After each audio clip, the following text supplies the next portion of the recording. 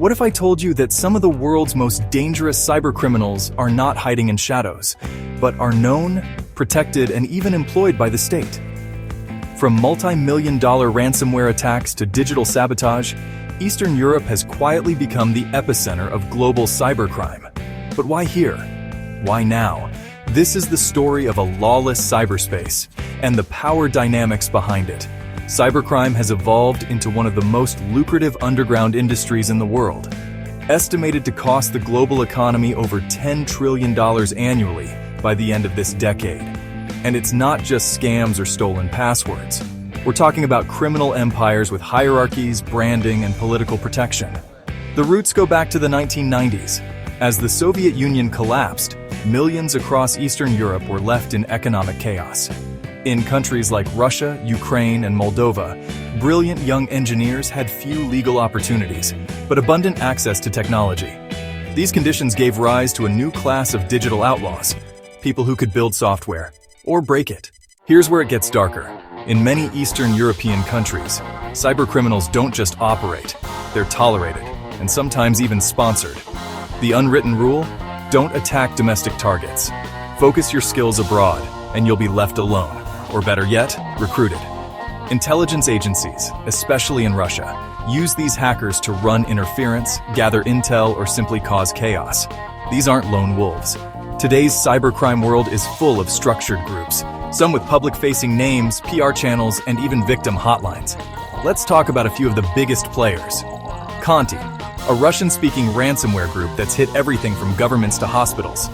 REvil, responsible for the massive Kaseya attack, crippling thousands of businesses worldwide. DarkSide, the gang behind the Colonial Pipeline hack in the US, triggering fuel shortages. Here's the twist. Many of these groups don't carry out attacks themselves. Instead, they provide tools to others. Ransomware-as-a-Service lets clients deploy attacks using kits bought on the dark web. Just like software companies, they offer subscriptions, updates, and tech support. Eastern Europe isn't just home to hackers. It's the hub of an entire cybercrime economy. Western governments are trying to fight back, but face legal and political roadblocks. There are few extradition agreements. Cooperation with Russian or Belarusian law enforcement is minimal. And as geopolitical tensions rise, countries like Russia use cybercriminals as unofficial cyber warriors, offering deniability and plausible denials.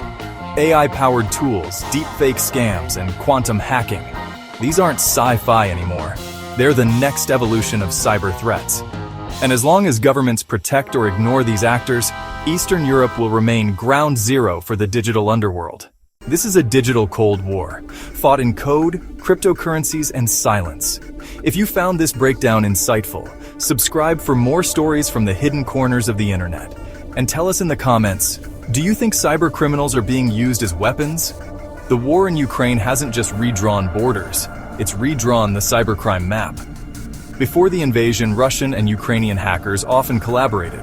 They shared forum spaces, services, and sometimes even profits. But after the 2022 invasion, everything changed. Ukrainian hackers, furious at Russia's aggression, turned on their former peers.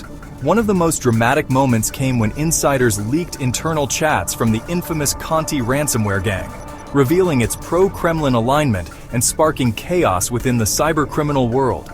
Ukrainian members quit or sabotaged infrastructure. Trust was broken. Joint operations ceased. Ukraine went on the offensive. In 2022, the government helped form the IT Army of Ukraine, a volunteer cyber militia that grew to over 150,000 members. Their targets?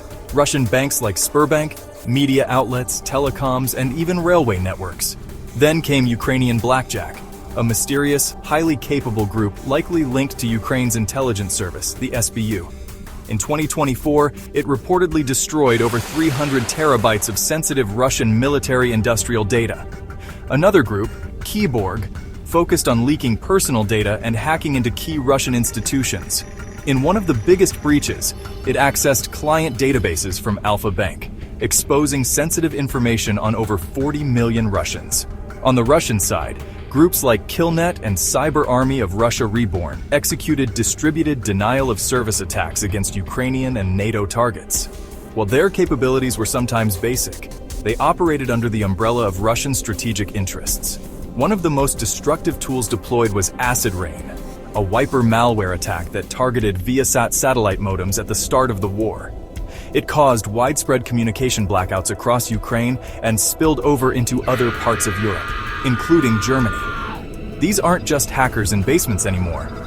These are militarized cyber actors on both sides, with state backing, real-world consequences, and deep strategic goals. In today's digital war, a leaked password can do as much damage as a missile. The Ukraine-Russia war has transformed the global cybercrime landscape in ways no one anticipated. In the years leading up to the war, Russian and Ukrainian cybercriminals often worked hand in hand. But the 2022 invasion ruptured those informal alliances. What was once collaboration became division, distrust, and cyber warfare. The first sign of this tectonic shift came when the Conti ransomware group, one of the most prolific Russian-speaking gangs, publicly backed the Russian state. In parallel, Ukraine escalated its cyber response. The government-sanctioned IT Army of Ukraine coordinated thousands of volunteers across the globe. These digital soldiers launched DDoS attacks against Russian institutions, banks, media, railway systems, and state-owned companies. Beyond volunteer efforts, elite units emerged. Ukrainian Blackjack is one such name that surfaces repeatedly in cyber intel reports. While unconfirmed, many believe it operates under the Security Service of Ukraine. Kiborg, another Ukrainian-aligned cyber unit, focused its efforts on data breaches. They penetrated Alfa Bank, Russia's largest private bank, and leaked the personal data of 40 million customers. They also targeted Russian tech firms, security agencies, and judicial networks. On the other side, Russian-aligned hacktivist collectives like Killnet and the Cyber Army of Russia Reborn began waging their own campaign of retaliation. They attacked Ukrainian logistics systems, news portals, and government servers with spam floods and denial-of-service tactics. Sandworm, believed to be a GRU unit, deployed some of the most destructive malware of the war. One of their operations involved Acid Rain, a powerful wiper malware. Its primary target was the Viasat KSAT satellite system, used by Ukraine's military and government for secure communications. The cyber war has also become a proving ground for new tools. Both sides experiment with AI-assisted intrusion, social engineering campaigns, and deepfake propaganda. Telegram channels have turned into battlegrounds of influence, used to coordinate cyber operations, spread leaks, and issue taunts. Perhaps most alarming is that these cyber confrontations don't stay confined. Hospitals, energy grids, financial markets, civilian sectors are often caught in the crossfire. Cyber warfare has blurred the lines between soldier and civilian, battleground and home. In the age of digital conflict, no firewall is truly safe.